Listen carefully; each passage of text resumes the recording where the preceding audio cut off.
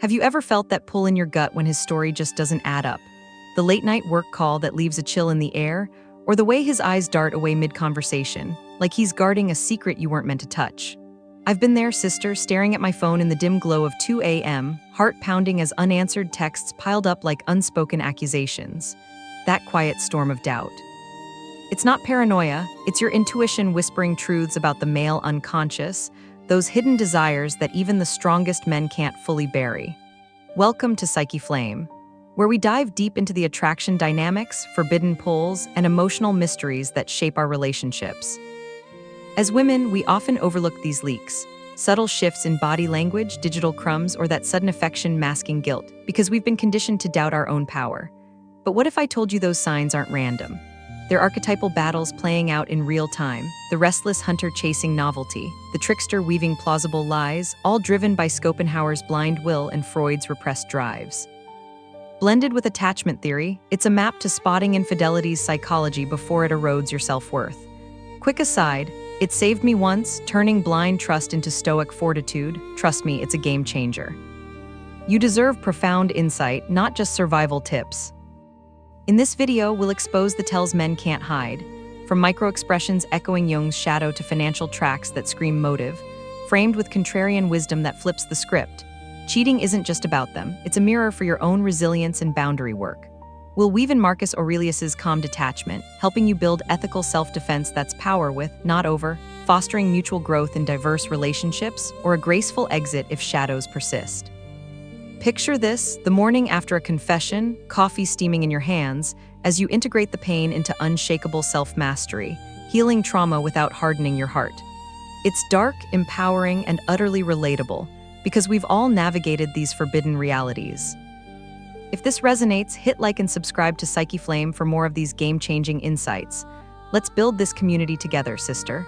Share with a friend who's wrestling her own relational shadows and drop a comment below. What's the one sign you've ignored that you wish you'd caught sooner? Your stories fuel our fire. Now, let's dive in and reclaim your sovereignty, because the woman who owns her intuition doesn't just spot the leaks, she rises above them. Have you ever felt the room go cold, even when he's right there smiling at you? That subtle shift where the intimacy seems present, but it's not really there. Like the air thickens with something unspoken and your gut twists just a little, whispering warnings you try to brush off. Real talk, sister, that's not just paranoia. That's your intuition picking up on the shadows he can't hide. I'm here to pull back the curtain on male cheating signs, not as some random betrayal, but as deep psychological leaks from the human psyche. Because cheating isn't just about opportunity or weakness, it's the shadow behavior bubbling up from what a man represses. And trust me, I've navigated these shadows myself, emerging wiser and stronger. We're in this together, you and I, uncovering the psychology men can't fully conceal, so you can protect your heart and step into your power. Let's anchor this in Carl Jung's wisdom first. Jung taught us that the shadow is the part of ourselves we deny, the hidden desires, shames, and fears we shove into the unconscious. For men, that often includes a hunger for novelty, a deep-seated fear of inadequacy, or unresolved shame from past wounds. It doesn't vanish. It leaks out in secrecy, irritability, and those ritualized distances that start to feel like a pattern. Nietzsche warned us to beware the reasons people tell themselves to justify their actions. Men might rationalize cheating as a harmless thrill or a way to reclaim power, but it's really the shadow demanding to be seen. Machiavelli, ever the strategist, reminds us that appearances are a weapon. A man might maintain the facade of loyalty while his true intentions hide in plain sight. And Freud. He nudges us to watch for those slips in language and routine, the Freudian slips that betray the unconscious mind at work. This isn't about villainizing men, it's about understanding the archetypes that drive these behaviors so you can spot them early and respond with empowered clarity. Think of it as archetypal analysis for your self-mastery. We'll track 4 core ones throughout this video. The trickster, who's charming and evasive, always dodging direct questions with a joke or deflection. The restless hunter, driven by that primal novelty-seeking urge, chasing excitement outside the relationship to fill an inner void. The wounded boy, validation chasing because he never healed his childhood insecurities, seeking affirmation from others to patch his self-worth. And the fallen king, who wields power without integrity, believing he's entitled to secrets while demanding your loyalty. These aren't just labels, they're universal patterns rooted in the male unconscious, blending forbidden desires with emotional mysteries we all navigate. Is it paranoia to notice these patterns, or is it sanity? And why do we as women so often gaslight our own intuition? We've been conditioned to doubt ourselves, to prioritize harmony over truth. But here's the thesis: the psyche leaks. What he represses will surface, and your body often knows before your mind does. I've felt that pull myself. Let me share a quick micro story to make it real. I remember those Sunday mornings, cozy in bed with coffee steaming on the nightstand, when his phone would mysteriously end up face down on the table. It became this weekly liturgy, like clockwork. At first, I'd ignore it, telling myself it was nothing. But then came the ache, a deep, gnawing twist in my stomach that spread like ice through my veins, long before my brain caught up. That chill wasn't random. It was my intuition screaming about the hidden rituals of deception. Quick aside, if you felt that, you're not alone. It's your inner wisdom at work. And get this surprising stat. According to the Institute for Family Studies, analyzing data from the General Social Survey in a 2018 report by Wendy Wang, about 20% of married men and 13% of married women report ever having cheated. That's not insignificant. It's a snapshot of the human condition, showing infidelity isn't rare, especially in diverse relationships where unmet needs fester in the shadows. So what? You're not crazy for sensing something off. You're attuned to the relational shadows we all carry. This isn't about fear-mongering. It's about turning your senses into a system for ethical self-defense, reframed as intelligent boundary work. We're blending Jungian depth with attachment theory here. If his shadow leaks signal an insecure attachment or trauma-driven chase for validation, you can respond with Stoic resilience. Marcus Aurelius would say, focus on what you can control, your perceptions and actions. Don't let self-doubt erode your self-worth. Use this awareness for mutual growth, or if needed, a graceful exit that honors your healing. By recognizing these archetypes and leaks, you're building emotional fortitude like Epictetus advised. It's not events that disturb us, but our judgments of them. So empower yourself. Notice the irritability that masks guilt, the evasion that hides the trickster, the novelty hunts of the restless one. We're making the unconscious conscious, sister, for your profound insight and self-mastery. But here's the thing, the body notices first, that instinctive chill, the gut punch. Next, we'll translate those sensations into readable microtells, the subtle signs his words and actions can't fully mask. Okay, so building on that idea that the body notices first, those instinctive chills and gut punches we've all felt, let's dive into translating them into something concrete. We're talking microtells, sister, the everyday smoke signals that point to a fire smoldering in the shadows. Remember the Jungian shadow we unpacked? That repressed side doesn't just lurk. It leaks through affect, language, and rituals in ways men can't fully control. It's like the unconscious is whispering secrets, and if you're attuned, you can hear them loud and clear. I'm not saying become a suspicious detective, that's no way to live. Instead, we're empowering you with intelligent boundary work, spotting patterns for your self-mastery and relational equity. Because in diverse relationships, these tells aren't about gender wars. They're about understanding the male unconscious to foster mutual growth, or, if needed, protect your healing. Let's start with language, where Freud's concept of parapraxis comes in. These are those slips of the tongue that betray hidden truths.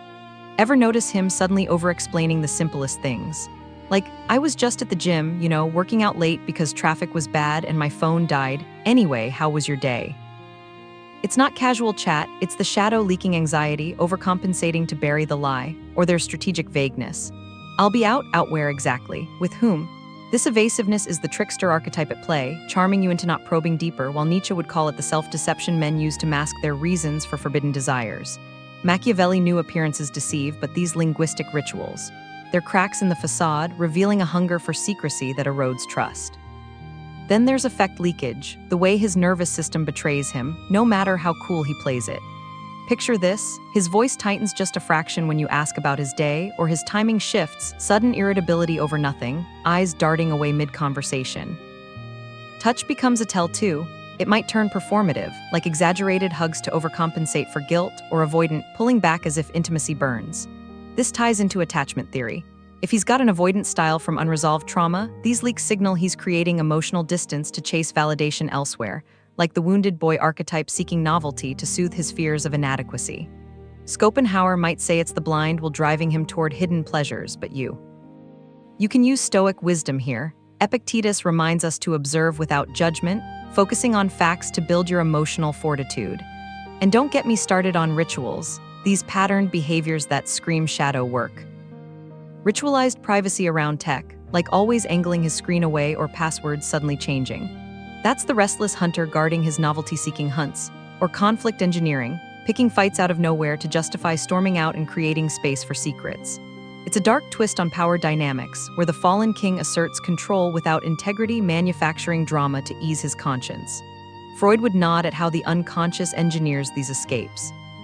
Then there are guilt gifts, lavish tenderness or surprises after unexplained absences, like flowers or extra affection dialed up to distract. It's not genuine, it's compensation leaking from the shame he represses. But here's the contrarian twist. If humans are so bad at catching lies, how do we outsmart our own optimism bias?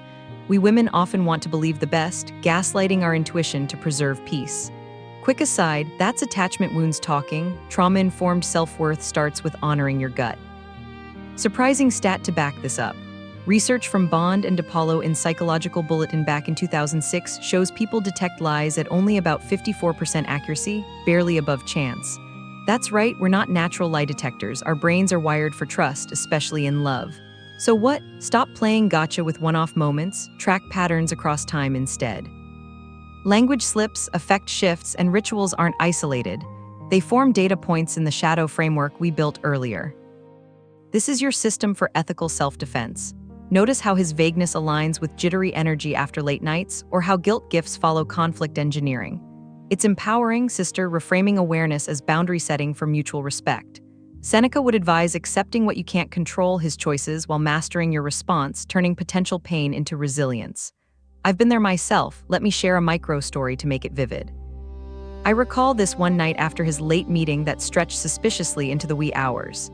He came home, and suddenly his kindness was dialed up to 11, cooking my favorite dinner, drawing a bath with candles flickering, that bouquet of roses on the table smelling too sweet like it was screaming, "Don't ask questions." My skin prickled with that off vibe, the warmth feeling forced, like a performance to drown out the ache I'd felt all evening.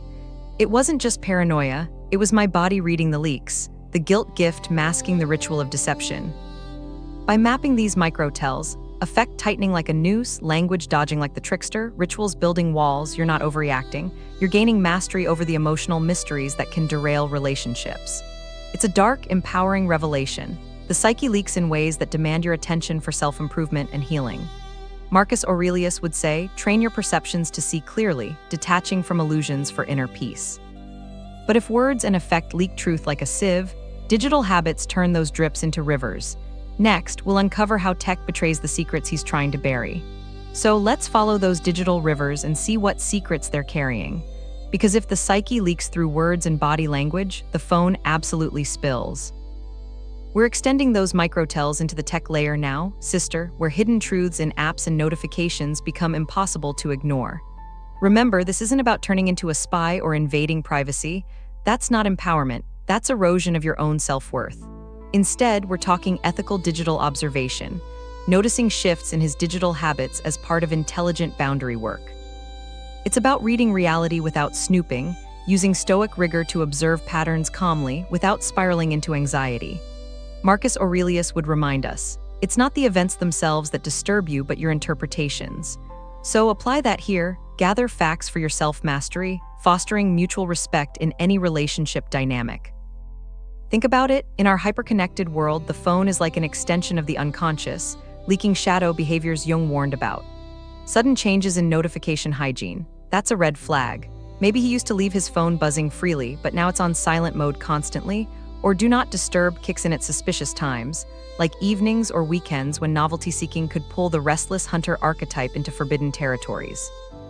App ecology shifts are another tell. Apps deleted without explanation, or new ones popping up for work that involve DMs at odd hours. Hidden folders, encrypted chats, or a sudden enthusiasm for privacy settings. These aren't random. They're ritualized secrecy, echoing Machiavelli's art of maintaining appearances while concealing motives. Freud might call it a digital parapraxis, the unconscious slipping through tech habits, betraying repressed desires for excitement or validation that attachment theory links to unresolved trauma. Rhetorical question time, who suddenly needs privacy without renegotiating the relationship contract? If transparency was the norm, why the lockdown now? And why do bedtime scrolling habits shift under stress, him angling the screen away or jumping when you walk in? It's the trickster dodging exposure, or the wounded boy hiding his chase for external affirmation to patch inner wounds. Nietzsche would scoff at the self-justifications men make, like it's just privacy, when it's really a veil for the will to power in relational shadows. But here's the contrarian twist. In diverse relationships, these digital footprints aren't about control, they're opportunities for ethical awareness. You're allowed to ask precise questions without accusation. Hey, I've noticed your phone's on silent a lot lately, everything okay? Turning observation into dialogue for mutual growth. Quick aside, this Stoic approach works. I've used it to clarify boundaries without drama. Epictetus would advise distinguishing what you can control. Your calm inquiry, not his choices. Avoid anxiety spirals by tracking patterns, not obsessing over one-offs.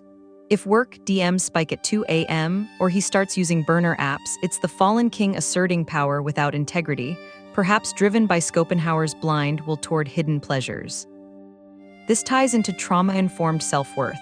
If his digital secrecy triggers your insecurities, use it as a cue for healing, building resilience against these relational shadows. We're not villainizing tech or men. We're revealing the male unconscious in action so you can respond with empowered clarity. Let me make this real with a micro story from my own shadows. I remember the night Do Not Disturb became his new cologne, same familiar shirt smelling of his usual aftershave, but a new silence hanging in the air like fog. We'd be winding down on the couch, lights dim, the TV murmuring softly, and suddenly his phone would switch to that mode, notifications vanishing as if swallowed by the void. It started innocently enough, but then it ritualized, every evening around 9 p.m. Like clockwork, his thumb flicking the setting while he avoided my gaze. My chest tightened with that familiar ache, the room feeling colder, as if the digital wall was building right between us.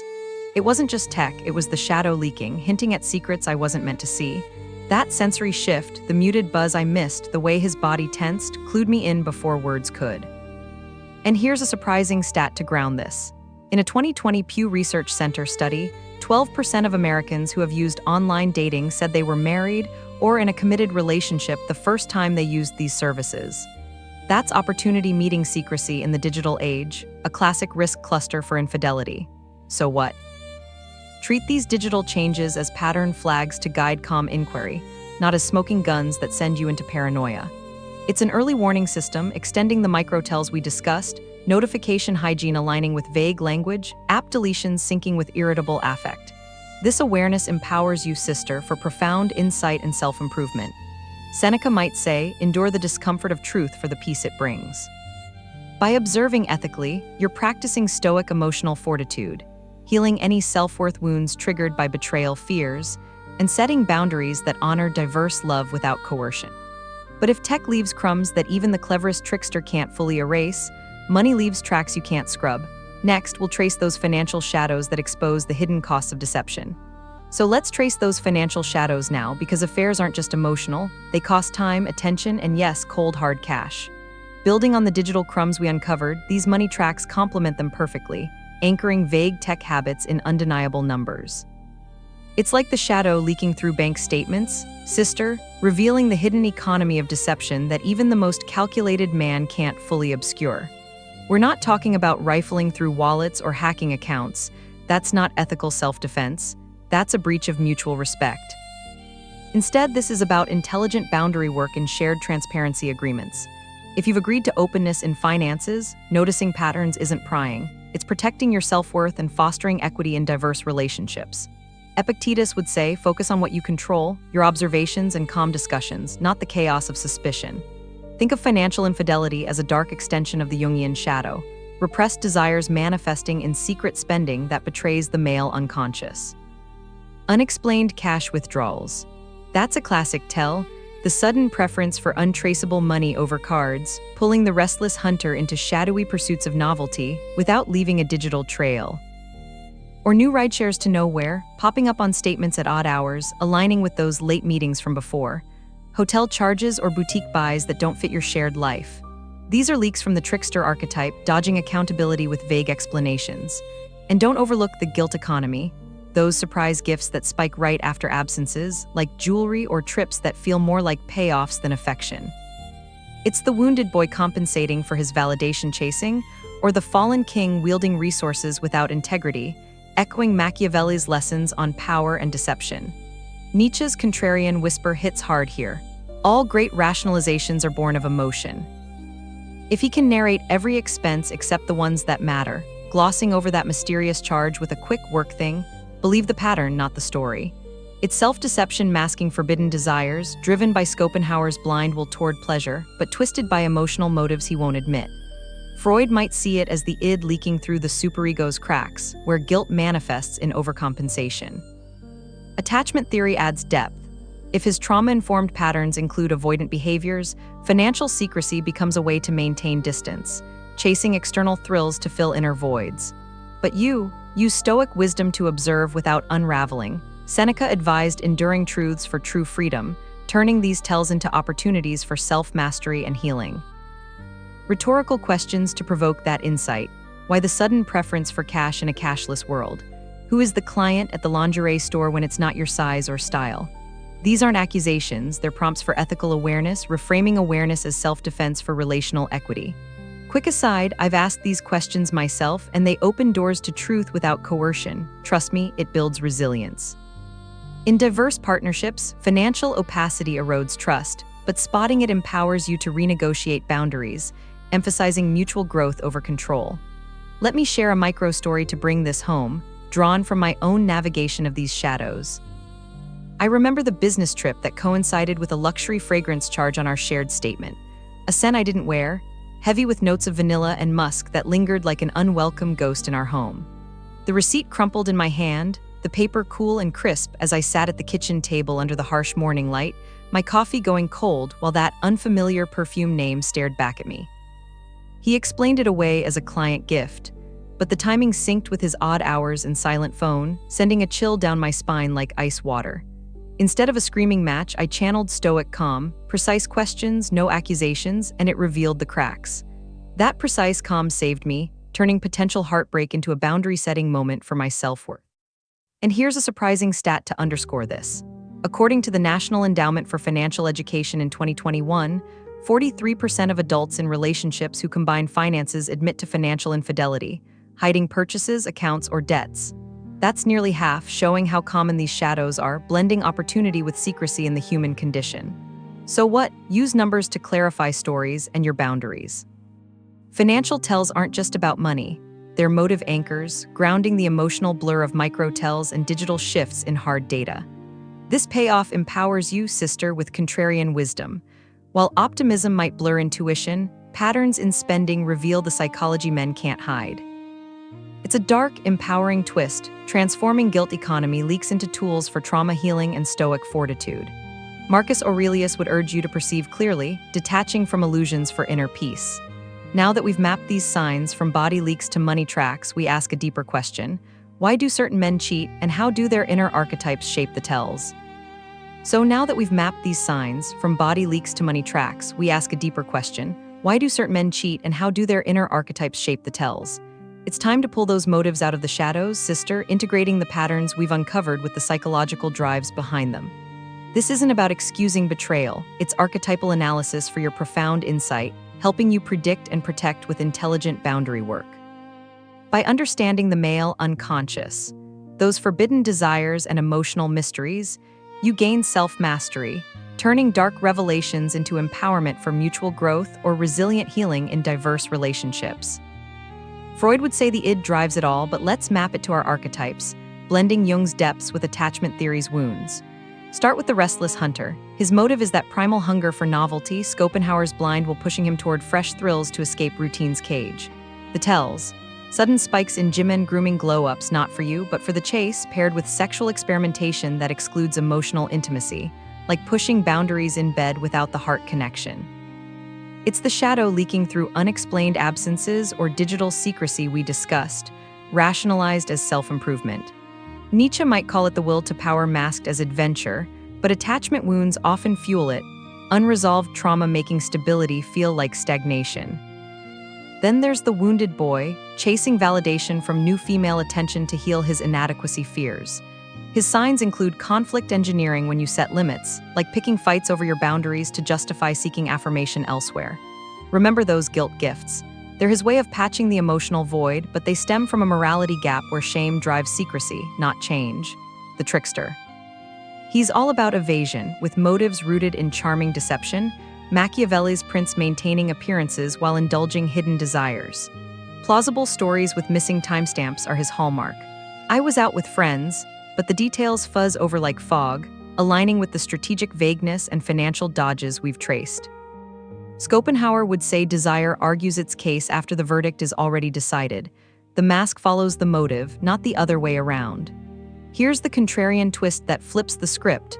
Sometimes affection increases during cheating, guilt-driven caretaking after secret transgressions, like extra tenderness or help around the house to overcompensate. It's a dark, empowering revelation. What feels like renewed passion might be penitential performance, the fallen king's integrity crumbling under repressed shame. This ties into moral dissonance, proclaiming loyalty while acting otherwise, blending Freud's superego conflicts with Stoic calls for self-examination. Rhetorical questions to stir that sisterly solidarity.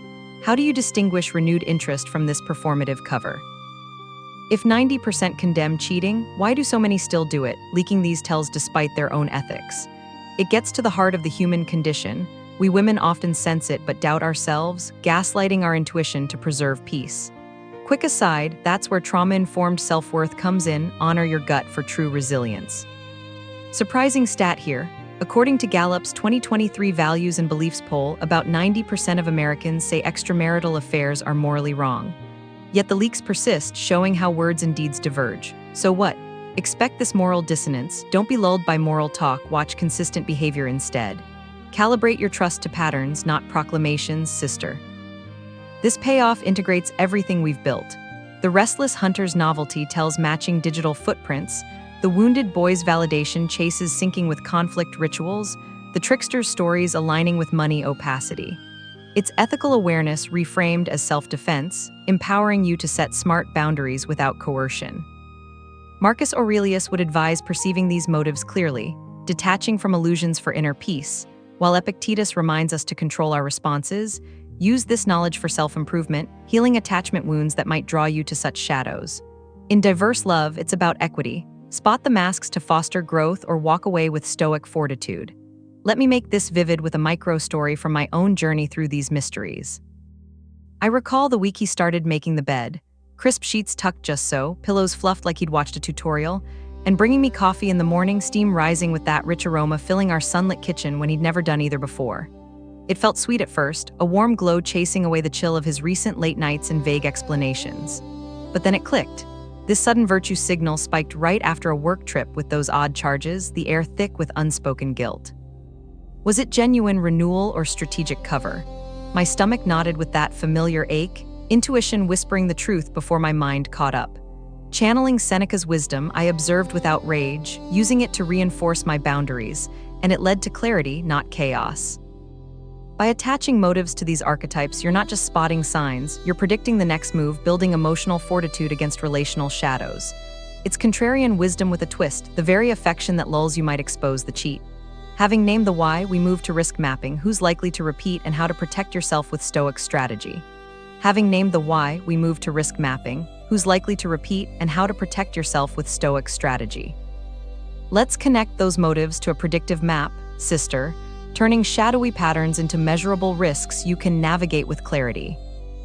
Building on the archetypes and tells we've unpacked, this is where we shift from understanding to action, assessing recidivism, context, and personal history for your self-mastery.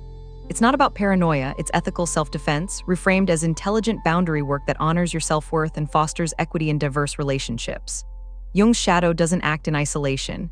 It's amplified by context and history, leaking through the male unconscious in ways that demand your resilient response. First, recidivism data is brutal but empowering. Past behavior is a fierce predictor of future leaks. If he's cheated before, the odds skyrocket. He's not just wrestling with a one-off shadow, it's a pattern part of his psyche. This ties into attachment tendencies. Avoidant men with their devaluation of closeness often repeat because intimacy feels like a trap, pushing them towards secret novelty as an escape. Anxious types.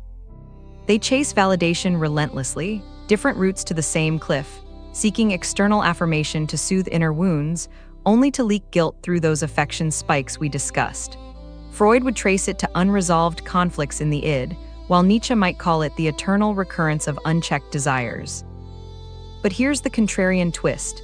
These aren't excuses, they're risk factors you can map to protect your healing, blending pop psychology with Stoic premeditatio malorum, premeditating evils without panic, as Seneca advised, to prepare your mind for what's possible. Context risks layer on top, amplifying motives into high-stakes environments. Travel-heavy jobs. They're breeding grounds for the restless hunter, unsupervised novelty, pulling him into forbidden desires far from home, with digital and financial tells trailing like breadcrumbs. Heavy alcohol culture, think frequent happy hours or guys' trips, lowers inhibitions, letting the trickster's evasions flow freely, as Schopenhauer's will overrides reason in a haze. Secret-friendly platforms like encrypted apps or social media anonymity enable the wounded boy's validation hunts without accountability. Machiavelli knew opportunity makes the thief. In relational shadows, these contexts turn minor leaks into floods. Attachment theory adds depth. If his style is dismissive, these environments feel like freedom, not betrayal, but you. Use Epictetus's wisdom, discern what you control. Enforceable boundaries like clear agreements on travel check-ins or shared transparency, calmly stated and upheld. Rhetorical questions to cut through the fog. Is this a one-off lapse or a lifestyle woven into his archetypes? Are you negotiating reality with mutual respect or babysitting chaos that erodes your self-worth? We women often downplay these risks to avoid conflict, but that's where trauma-informed healing shines. Recognize how your own patterns might blind you, then reclaim power with Stoic planning. Quick aside, I've mapped risks in my own life and it works, turning anxiety into actionable calm. Surprising stat to ground this. According to Knopp and colleagues in a 2017 study from Personal Relationships, individuals who engaged in infidelity in a previous relationship were about 3 times more likely to cheat in their next one. That's not fate, it's a pattern screaming for attention. So what? Predictive clarity saves years of confusion, sister. If history and context rhyme, like a past affair plus a job ripe for secrets, tighten your boundaries or exit gracefully. This payoff gives you contrarian wisdom. Don't wait for more leaks. Use the map to build Stoic emotional fortitude, detaching from illusions for inner peace. Marcus Aurelius would say, anticipate without despair, focusing on your virtue amid relational mysteries.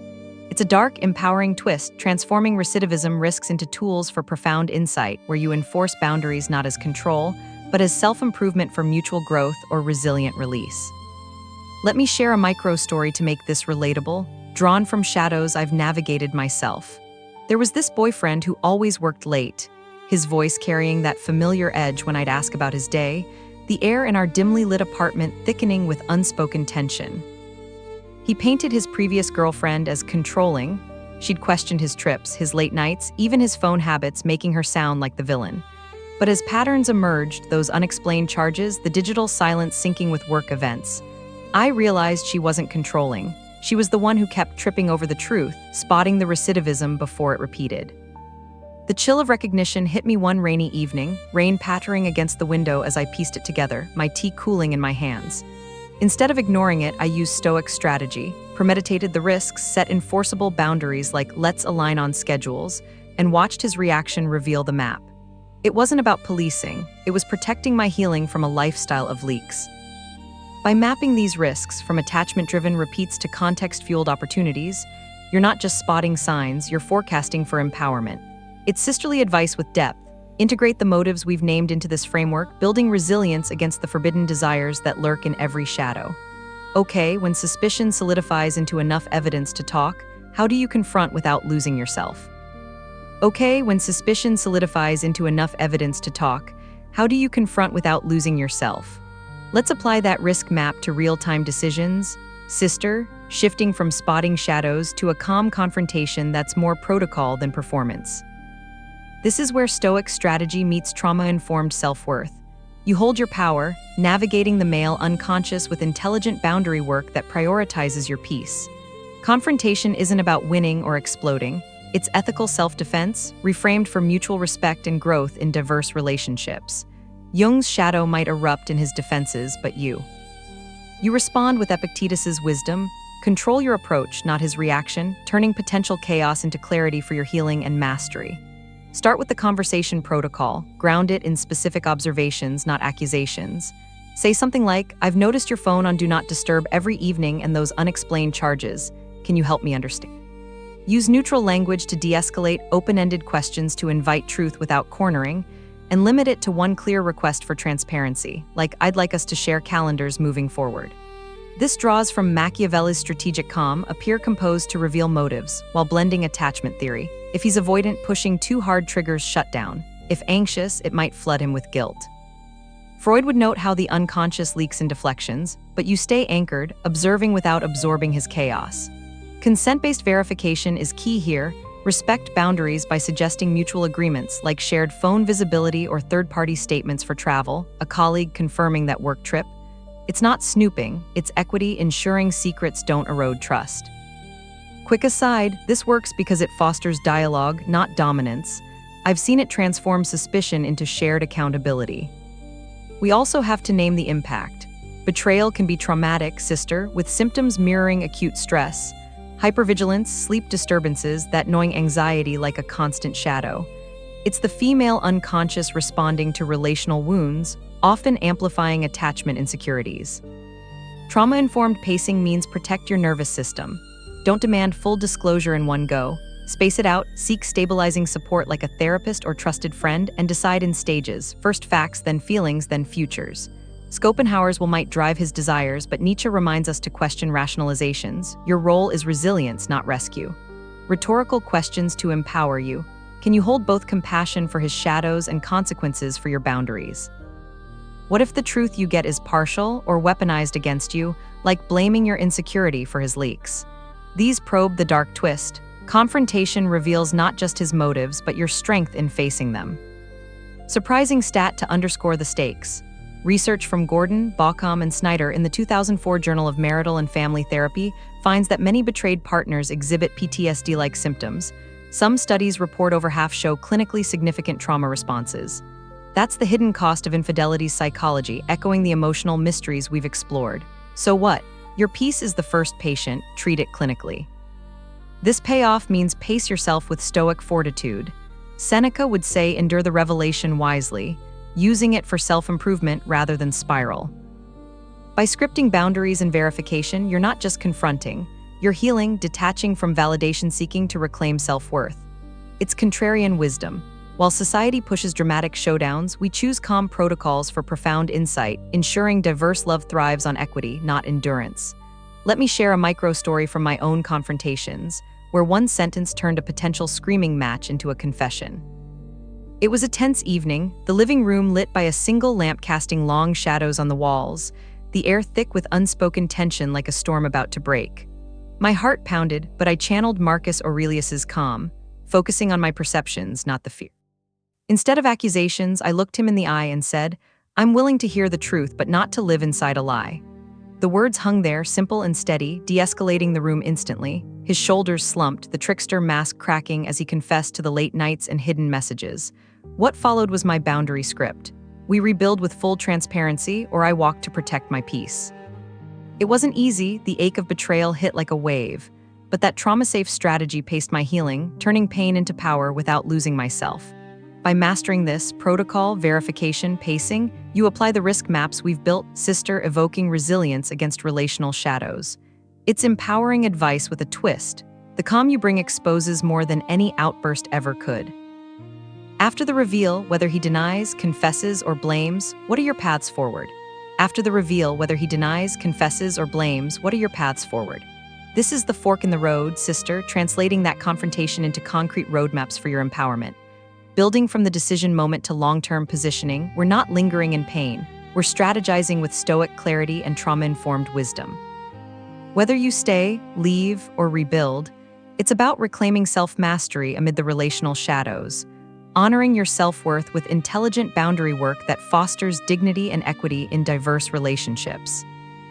Jung's shadow may have leaked his truths, but now it's your turn to integrate them, alchemizing betrayal's darkness into profound insight without letting it define you. Epictetus would remind us, events are neutral, it's our choices that shape us. If you choose to stay and rebuild, demand a transparent plan, none of that vague, sorry nonsense. Insist on no contact with the affair partner, strict disclosure timelines for full truth, joint therapy to unpack his archetypes like the wounded boy's validation chases or the trickster's deceptions, and measurable repair behaviors. Consistent check-ins, shared access to tech, actions that prove integrity over time. This draws from attachment theory. Rebuilding secure bonds requires effort, not excuses, and Machiavelli's realism. Trust is earned through verifiable steps, not promises. Freud might see it as confronting the id's impulses, but you frame it ethically, preserving mutual respect while protecting your healing. Quick aside, therapy isn't weakness, it's Stoic strength, preparing your mind for resilience. Contrarian twist, rebuilding isn't blind forgiveness. It's eyes-open negotiation, where you hold the power to walk if shadows persist. If leaving feels right, exit clean and empowered. Document practicals like shared finances or assets, protect your data by changing passwords and securing accounts, and reclaim your routine quickly. New habits, supportive circles, maybe even a fresh space to breathe. Ethically, preserve dignity even when hurt. Avoid public blasts that erode your own peace. Instead, channel Nietzsche's will to power inward, transforming pain into self-improvement. In modern breakups, evidence realism matters. Digital trails from those phone leaks or financial tells often surface, turning forbidden desires into tangible records. Schopenhauer's blind will drove his choices, but yours. Use Stoic premeditation to anticipate logistics, ensuring a graceful departure that honors diverse love's lessons without bitterness. We also note the role of documentation in all this, not as revenge, but as self-defense. Whether reconciling or parting, gather facts calmly, screenshots of odd charges, timelines of absences, notes from confrontations. It's not coercion, it's equity, preparing for any fallout in work, courts, or communities where vibes don't hold up. Rhetorical questions to guide you. Is he rebuilding trust or managing appearances, like the fallen king wielding charm without change? Are you negotiating terms with mutual growth in mind, or delaying the inevitable, clinging to illusions that dim your light? These probe the emotional mysteries, urging you to detach from validation seeking for true self-worth. Surprising stat on evidence realism. According to the American Academy of Matrimonial Lawyers in report summaries from around 2010-2012, 91-92% of divorce attorneys reported increases in social media evidence in cases over the past decade. That's the hidden reality of infidelity's psychology. Digital shadows don't fade easily. So what? Clarity becomes your compass. Whatever path you choose, act like a woman with a plan, because the system runs on documentation, not vibes. This payoff empowers you, sister, with contrarian wisdom. While heartbreak tempts chaos, Stoic fortitude turns it into structured freedom, healing trauma through deliberate steps. Seneca would advise accepting the impermanence of relationships, focusing on your inner citadel for resilience. It's a dark, empowering twist. Betrayal's reveal becomes your roadmap to mastery, emphasizing boundaries that protect without isolating. Let me share a micro-story about a client I guided, where the repair checklist became a mirror reflecting harsh truths. She chose to stay after his confession, the air in her home still heavy with the scent of his cologne mixed with regret, sunlight filtering through curtains as we sat crafting the list. Weekly therapy check-ins, full phone transparency, no more late nights without details. I handed it to her like a lifeline, crisp paper in her trembling hands, emphasizing measurable actions over empty words. A month later, its absence spoke volumes. He'd forgotten sessions, dodged disclosures, the checklist gathering dust on the counter like a forgotten promise. That sensory void, the quiet mornings without progress, the chill of unmet commitments told her everything. It wasn't rebuilding, it was stalling. She left with dignity, using the documentation to secure her exit, transforming pain into a rebirth of self-worth. Quick aside, that mirror moment. It's why I swear by checklists, they reveal archetypes in action. By mapping these paths, reconciliation protocols, clean exits, dignified documentation, you position yourself for long-term strength, sister, weaving the threads of signs, motives, and risks into a tapestry of empowerment. Finally, we zoom out, how to alchemize betrayal into a personal rebirth without hardening your heart.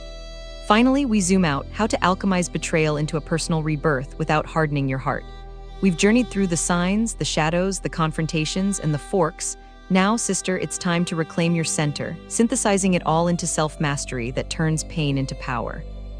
This isn't about closing off, it's emotional freedom, detaching from external validation to rebirth through unshakable self-worth and stoic inner peace. Marcus Aurelius nailed it. You have power over your mind, not outside events. Realize this, and the psychology men can't hide becomes a mirror for your own growth, not a chain.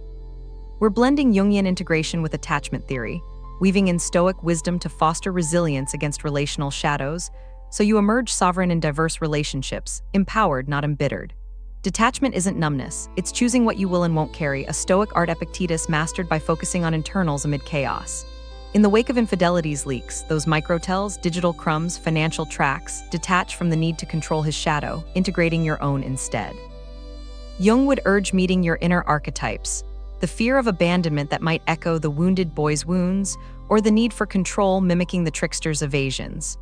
We women often overcorrect into cynicism after betrayal, but that's not mastery, it's avoidance. Instead, practice secure attachment. Earn it by acting securely, clear agreements on transparency, firm boundaries that don't waver with his moods, and self-trust rooted in trauma-informed self-worth. It's contrarian wisdom. While Schopenhauer's blind will drives forbidden desires in others, yours can steer toward deliberate joy, reframing ethical self-defense as standards over suspicion. Nietzsche might call it becoming who you are, beyond the illusions of perfect love, embracing the human mysteries with fortitude. Attachment-wise, if you've leaned anxious, betrayal amplifies that chase for reassurance. If avoidant, it tempts isolation. But here's the empowering twist. Act secure to become secure, set boundaries like I need mutual respect or I choose peace alone, and watch how it heals your patterns, fostering mutual growth without coercion. Freud's unconscious might leak in dreams of revenge, but integrate it. Use the pain to alchemize shadows into strength, detaching from validation to nurture your inner warrior. Seneca would advise viewing this as a test of virtue. Endure, learn, rebirth. In diverse love, this sovereignty means attracting equity, not enduring leaks. It's profound insight into the male and female unconscious, turning dark revelations into light. Rhetorical questions to ignite that fire. What if the gift of this pain is a new standard, where you no longer settle for half-truths? What if your calm becomes your most attractive power, drawing partners who match your resilience? These aren't fluffy, they're calls to action, sister, provoking you to shed naivete without bitterness.